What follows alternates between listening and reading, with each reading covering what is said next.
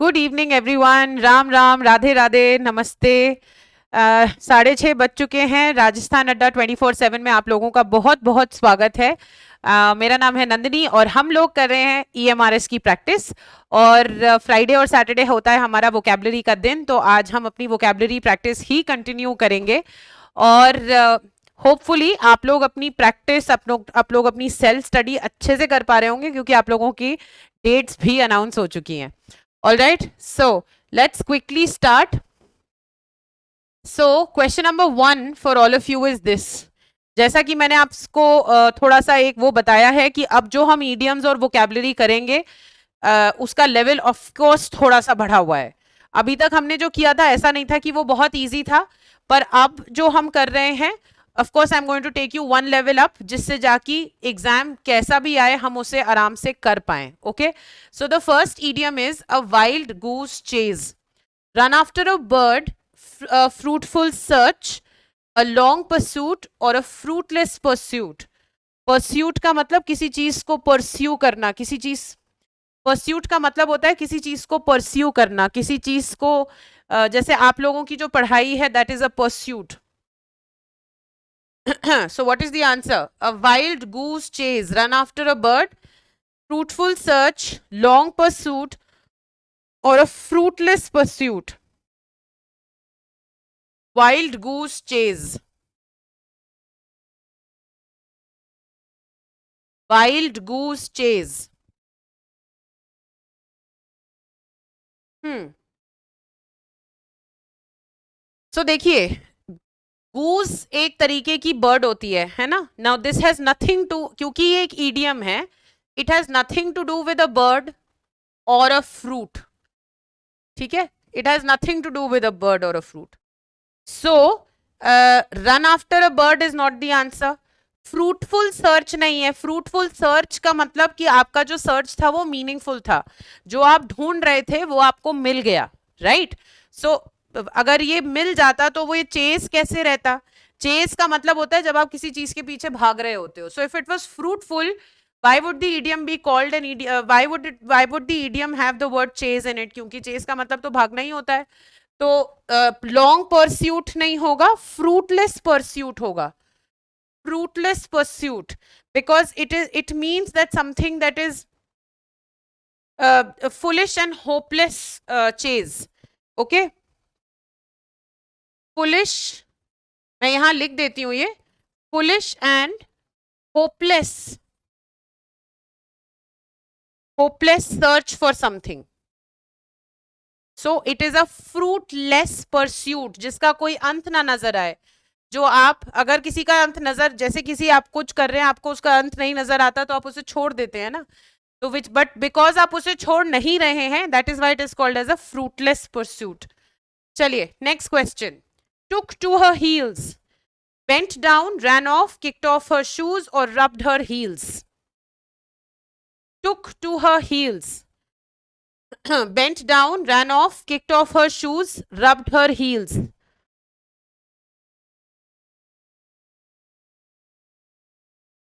Took to her heels. अगर अभी तक आपको कुछ idioms के बारे में समझ में आया है, हाँ, तो ये तो पक्का समझ में आ गया होगा that it has nothing to do with the words that are written in it.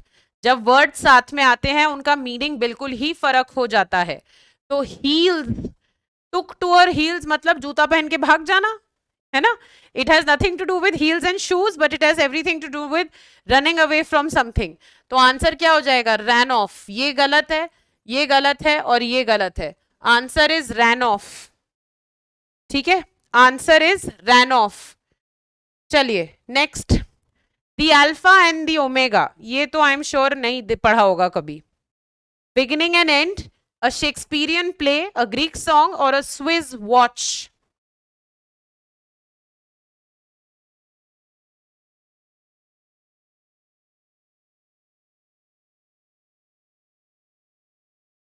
The Alpha and Omega, beginning and end, a Shakespearean play, a Greek song, or a Swiss watch.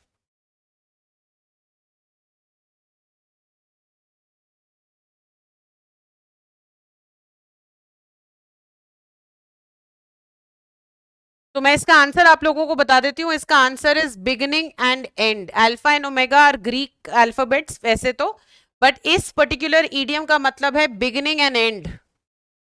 Beginning and end. Okay, चलिए next. A sacred cow, a person never to be criticized, a saintly person, a helpful person, or a very religious person.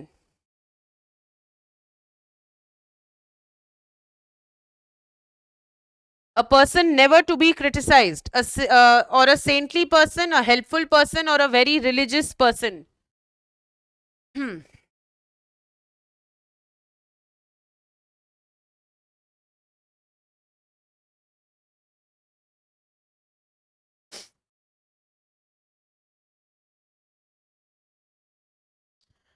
So the answer is sacred cow का मतलब ऐसा इंसान जो बुराई करने, जो जिसकी बुराई ना की जाए या ना करी जा सके. जैसे कोई किसी पंडित का, या जैसे किसी कोई पंडित है या कोई ऐसे महान इंसान है, कोई गुरु है जिनकी बुराई नहीं की जा सकती, तो उनको सेक्रेड काउ बोला जाएगा. I think it's quite evident from the idiom itself, क्योंकि हमने सेक्रेड बोला है तो या तो ये हो सकता है या ये हो सकता है. इसको और इसको तो हटा ही दीजिए. तो आपका आंसर पर ये है, person never to be criticised. ठीक है, चलिए next. A close fisted person, ये सुना होगा. A close fisted person, a powerful person, a miser, a close friend, और a cowardly person.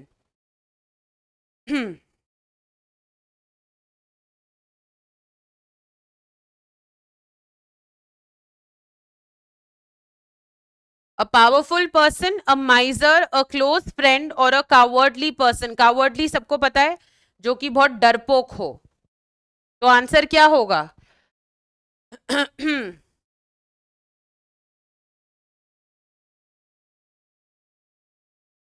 So the answer here is going to be a miser.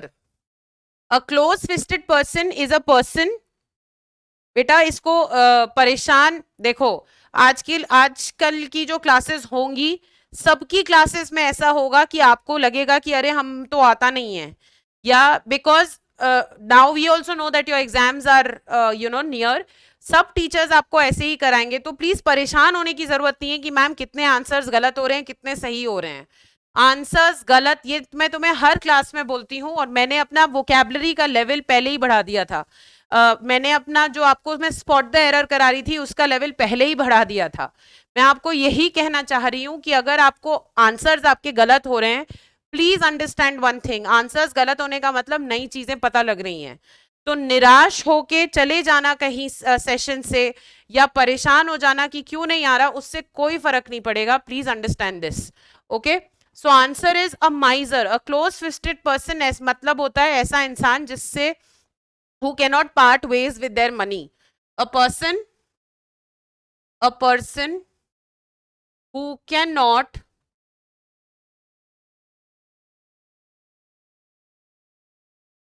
part ways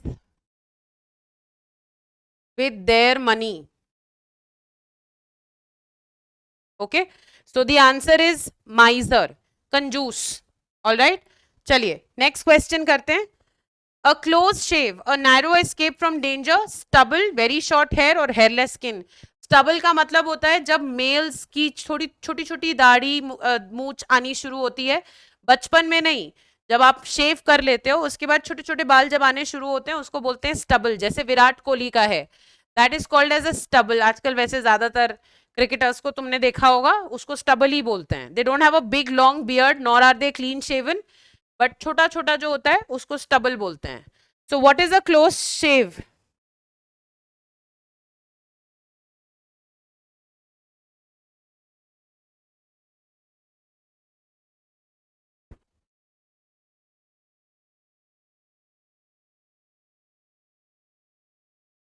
A close shave, a narrow escape from danger, stubble, very short hair, or a hair or hairless skin.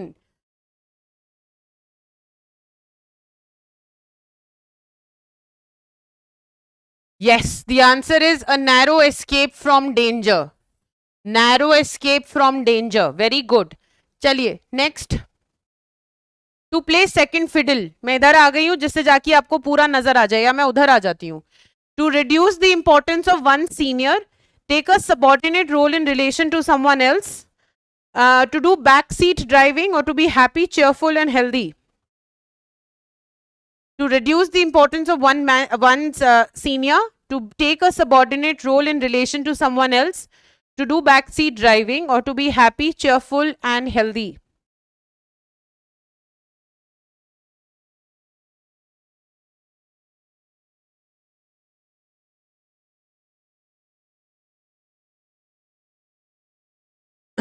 So second fiddle का मतलब होता है किसी के किसी इन relation to somebody, किसी का subordinate play करना, मतलब सेकंड इन इंपॉर्टेंस. जैसे वाइस कैप्टन होता है टीम का, है ना. हालांकि इंडियन क्रिकेट टीम का वाइस कैप्टन बहुत इंपॉर्टेंट होता है, लेकिन just to make you understand, किसी किसी भी रोल का सबऑर्डिनेट होना, इसको बोला जाएगा सेकंड फिडल. तो your answer is this, take a subordinate role in relation to someone else is to play second fiddle. चलिए next, time and again, always, often, sometimes, rarely. Always, often, sometimes or rarely.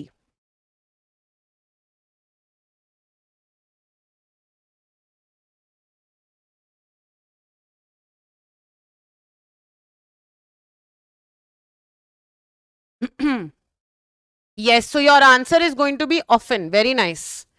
कुछ बच्चे guess कर पाए होंगे, कुछ बच्चों ने सुना हुआ भी होगा. Time and again means often. Time and again means often. चलो next, apple pie order, orderly preparation of apple pie. Apple pie एक मिठाई होती है जो एप्पल के साथ बनती है, ठीक है. एप्पल, चीनी और मैदा साथ में होता है, उसको बोला जाता है apple pie. So orderly preparation of apple pie in perfect order, ordering for apple pie or arranging apples neatly. What is apple pie order?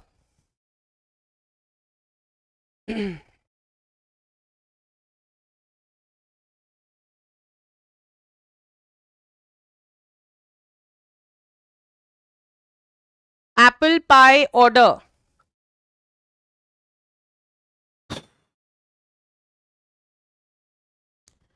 तो एप्पल पाई ऑर्डर अगर आप लोगों को नहीं पता है, बता देती हूं. एप्पल पाई ऑर्डर का मतलब है इन परफेक्ट ऑर्डर, सब कुछ एकदम मेटिकुलसली ऑर्डर में होना, मेटिकुलसली प्लान होना, मेटिकुलसली ऑर्डर में होना, is called as apple pie order. Man of straw, ये हम कर चुके हैं पहले, ये हम बिल्कुल कर चुके हैं. Man of straw, a wicked fellow, wicked fellow मतलब क्रूर इंसान. Man of no substance, a very active person और अ वर्दी फेलो. इसका आंसर बताओ मुझे.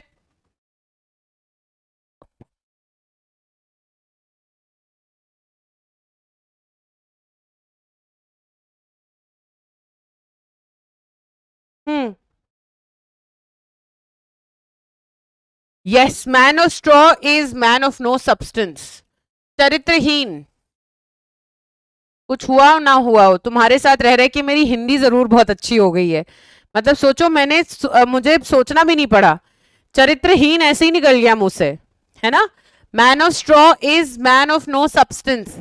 नेक्स्ट, चलिए, sensation, synonym of sensation, decision, hope, feeling, appreciation. ये तो इजी होना चाहिए यार, इसमें तो ऐसा नहीं होना चाहिए कि हाय भगवान पता नहीं नंदिनी मैम क्या करा रही हैं. Sensation, decision, hope, feeling, appreciation.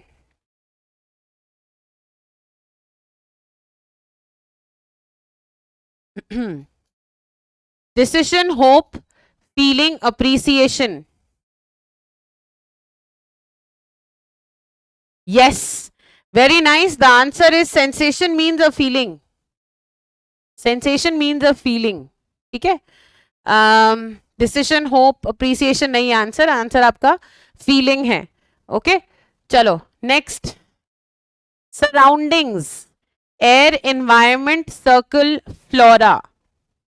Air, environment, circle, flora.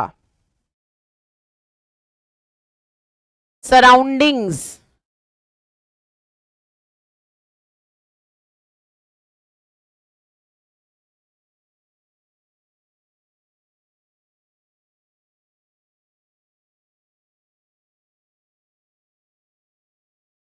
yes, so the answer of surroundings, I think this is quite simple. The answer is environment.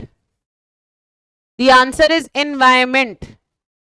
Okay, चलिए नेक्स्ट, स्कॉन, ये भी आता होगा है ना, ये मैंने कराया, पेड क्लास में भी कराया, यूट्यूब पे भी कराया है, ये तो याद है मुझे। अब इस पे नहीं बोल सकते तुम लोग कि मैम आपने नहीं कराया, मैम आज आप बहुत डिफिकल्ट करा रही हो, ये तो बहुत इजी है। स्कॉन का क्या सिनोनिम होगा? प्रेज, बायस, डिस्पाइज और कंसाइज। प्रेज, बायस, डिस्पाइज और कंसाइज। चलो 10 सेकेंड्स गिवन, जल्दी से आंसर बताइए।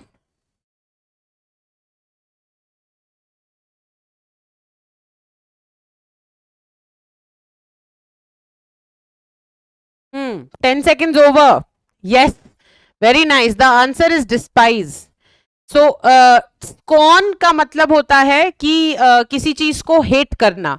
स्कॉन का मतलब होता है 1 second, let me have a little water, 1 second, 1 minute।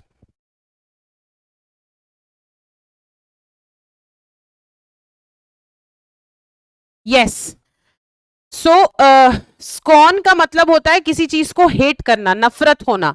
तो आपका आंसर हो गया डिस्पाइज। ठीक है, इसके साथ साथ आप वर्ड्स लिख सकते हैं कंटेम्प्ट। आई एम श्योर आपको और भी वर्ड्स आते हैं क्योंकि मैंने आप लोगों को करा रखे हैं। डिसडेन, ठीक है, डिस्पाइज तो है ही। प्रेस का आप लोगों को मतलब पता है कि प्रेस का मतलब होता है किसी चीज को, किसी की प्रशंसा करना। बायस का मतलब होता है किसी की साइड लेना। जैसे जब इंडिया वर्सेस ऑस्ट्रेलिया खेल रही थी, हार्ट्स ऑफ हार्ट्स हमें पता है कि ऑस्ट्रेलिया अच्छी टीम है, क्या है, पर हमारा सपोर्ट इंडिया के लिए है। We are bias towards India because we are Indians. तो जब हम किसी चीज को इतना सपोर्ट करते हैं तो उसको बोला जाता है बायस, किसी की साइड लेना। ठीक है, और कंसाइज मतलब संक्षिप्त, हाँ मतलब बिल्कुल परफेक्ट, छोटा सा, crisp. Short and crisp is concise. ठीक है, short and crisp.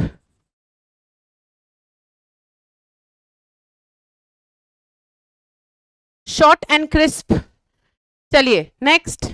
I am sure स्कोन के और मतलब आप लोगों को आते हैं, but I am telling you the ones that I have never told you. So emulate, neglect, mimic, imitate और echo। emulate, neglect, mimic, imitate और echo।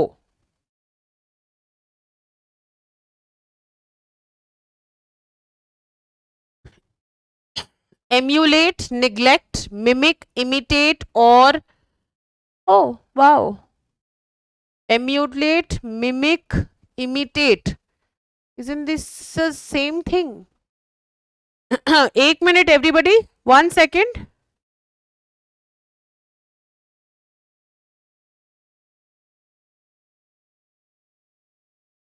हाँ,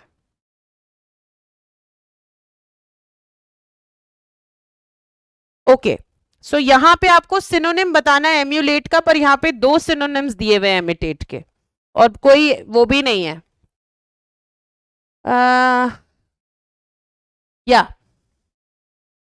okay, so we have to tell the synonyms of emulate, but don't worry, ये दोनों हैं। ठीक है, ये दोनों मतलब नकल उतारना, नकल उतारना। बट एक चीज याद रखना, एम्यूलेट में एक और एलिमेंट होता है जिसमें हम कहते हैं कि या तो हम किसी से जितना अच्छा कोई और कर रहा है हम वैसा ही करें या उससे ज्यादा बेहतर करें। बट जनरली एम्यूलेट का मतलब जो है मिमिक या कॉपी करना ही लिया जाता है। But emulate as a meaning also means कि हम किसी से किसी जो अच्छाई है किसी की, उसको कॉपी करने की कोशिश कर रहे हैं या उससे बेहतर करने की कोशिश कर रहे हैं। तो आंसर ये दोनों हैं इसमें। ठीक है, इसको प्लीज ध्यान रखिएगा। ये I don't know how it's error मान लो, कुछ भी मान लो, but to learn please understand, you are all learning here. So emulate के मतलब दोनों हो सकते हैं, मिमिक एंड इमिटेट बोथ। ठीक है, चलिए next, atrocity, envy, violence, jealousy और absurdity. Wow, this is very very close. Atrocity, envy, violence, jealousy, absurdity. बताइए इसका मीनिंग क्या है? I am giving you 30 seconds, answer बताओ इसका, बहुत सोच समझ के इसका आंसर देना।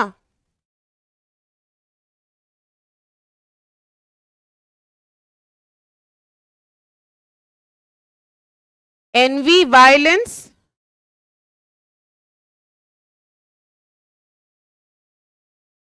बताइए। अट्रोसिटी, मैं यहां पे एक एग्जाम्पल लिखती हूं, a lot of atrocities took place between Hindus and Muslims.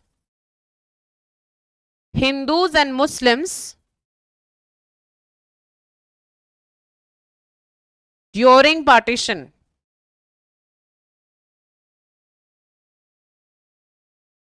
देखो, सो अगर आप ध्यान से देखें तो मतलब क्या है, अट्रोसिटीज का मतलब इज वायलेंस।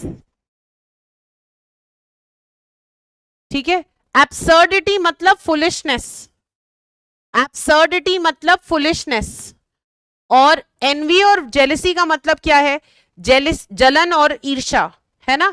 पर अब ये कैसी चीज है, जेलिसी होती है जब आप, एनवी होता है जब आप किसी के को अच्छा करते हुए देखते हो। ये ध्यान रखना, ये क्वेश्चन आ सकता है। एनवी का मतलब होता है जब आप किसी और को अच्छा करते हुए देखते हो, जब आपसे पहले आपके कजन की नौकरी लग जाती है, आपसे ज्यादा आपके दोस्त के नंबर आते हैं और आपने जो है पढ़ाई ज्यादा करी होती है पर आपके दोस्त के ज्यादा नंबर आ जाते हैं, बुरा लगता है, दैट बुरा लगना इज कॉल्ड एनवी। ठीक है, जब आप किसी और को देखते हो ज्यादा अच्छा करते हुए, उसने बड़ी गाड़ी ले ली, घर बनवा लिया, एटसेट्रा एटसेट्रा, उसको बोलते हैं एनवी। जेलेसी एक और चीज है, जेलेसी ज्यादातर हिंदी टीवी सीरियल्स में दिखाई जाती है कि आपका हस्बैंड या आपकी वाइफ किसी और के साथ है तो आपको जो फीलिंग आती है that is called as jealousy. Please remember that, and there is a difference between these two terms. So violence is your answer to atrocity. चलिए नेक्स्ट, पेट्यूलेंट का antonym. Wow, this is easy. Petulant का antonym, ये आप लोगों ने कभी ना कभी किसी ना किसी फॉर्म में मेरे साथ किया है, ये बिल्कुल करा है और मुझे खुद याद है। पेट्यूलेंट, काम, इंडस्ट्रियस, स्क्रप्यूलस और फियरलेस।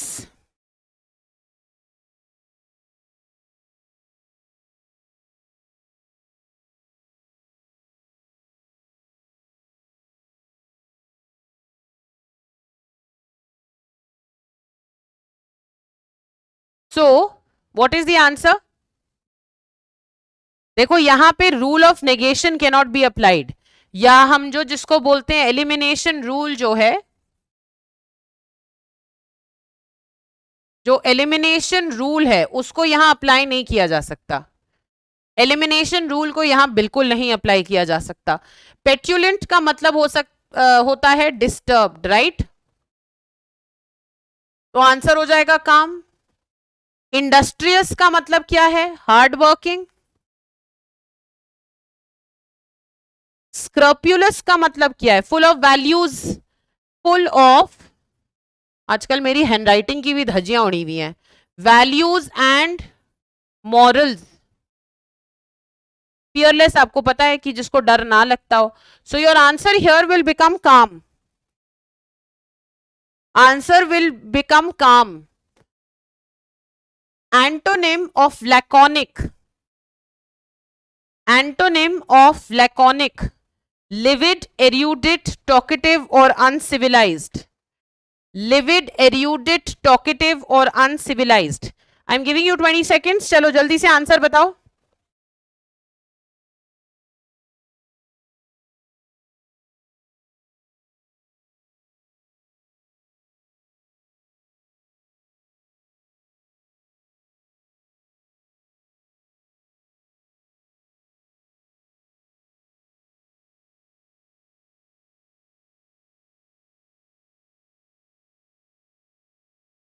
हाँ जी, 20 सेकंड हुए पूरे। लैकोनिक का एंटोनिम बन जाएगा टॉकेटिव। देखो, लिविड का मतलब होता है एंग्री।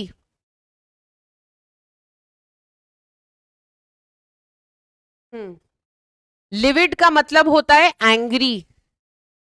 ठीक है, 1 सेकेंड एवरीवन।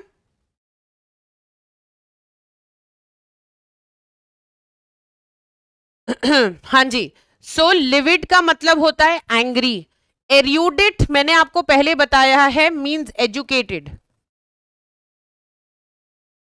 ठीक है, और अनसिविलाइज तो तुम्हें पता है, जंगली। अनसिविलाइज तुमको पता है उसका मतलब हुआ जंगली। ठीक है, so livid is angry. Okay, there is another word called vivid, उसमें कंफ्यूज मत हो जाइएगा। विविड का मतलब होता है क्लियर और लिविड का मतलब होता है एंग्री, तो कंफ्यूज मत हो जाना दोनों वर्ड्स में, एक लिविड है एक विविड है। एर्यूडेट इज एजुकेटेड। लैकोनिक का मतलब है a person who uses only few words. शांत, बिल्कुल काम रहने वाला इंसान जो कम बोलता है, सही बोलता है ना, उस इंसान को बोला जाता है लैकोनिक। चलिए next, excruciating. Excruciating, modern, sophistication, noisy, mild.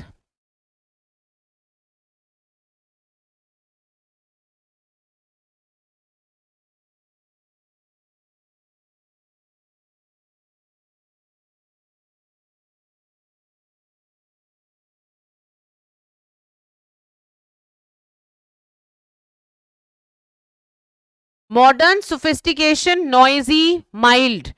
Excruciating का मतलब बहुत ज्यादा, है ना। It was excruciatingly hurtful to see India, to witness India losing the match in the finals. मतलब कितना दुखा था ना, सबने ये अपडेट डाला था कि ये दुख काहे कम नहीं होता रे, है ना। That is called as excruciating. तो आंसर क्या हो जाएगा, माइल्ड। एक्सक्रूसिएटिंग का मतलब बहुत ज्यादा, माइल्ड का मतलब कम, हल्का। ठीक है, चलिए next, second last, comply, compete, conform, complain और challenge. This can be a little tricky, थोड़ा सा ट्रिकी हो सकता है ये। कंप्लाई का मतलब क्या होगा, compete, confirm, complain और challenge।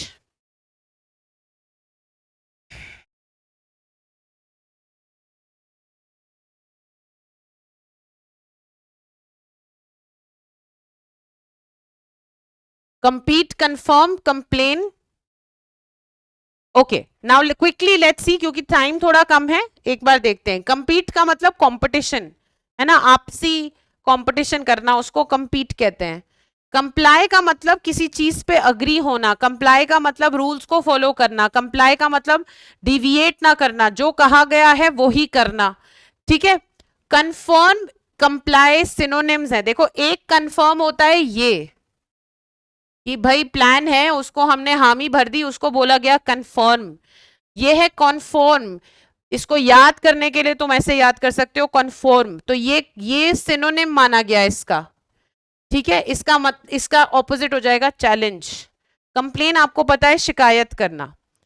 ठीक है, समझ में आया। कंप्लाई और कन्फर्म का मतलब, या कन्फर्म टू समथिंग, मतलब आप जो आपसे कहा गया है आप बिल्कुल वैसे ही करें, रूल्स को बिल्कुल फॉलो करें, डिविएट ना करें, that is known as confirm. Complain शिकायत, चैलेंज मतलब इसका ऑपोजिट। चलो, rancid, last question is rancid, stale, delicious, fresh, stinking. Now rancid, हाँ चलो करो पहले इसको। स्टेल, डिलिशियस, फ्रेश और स्टिंकिंग।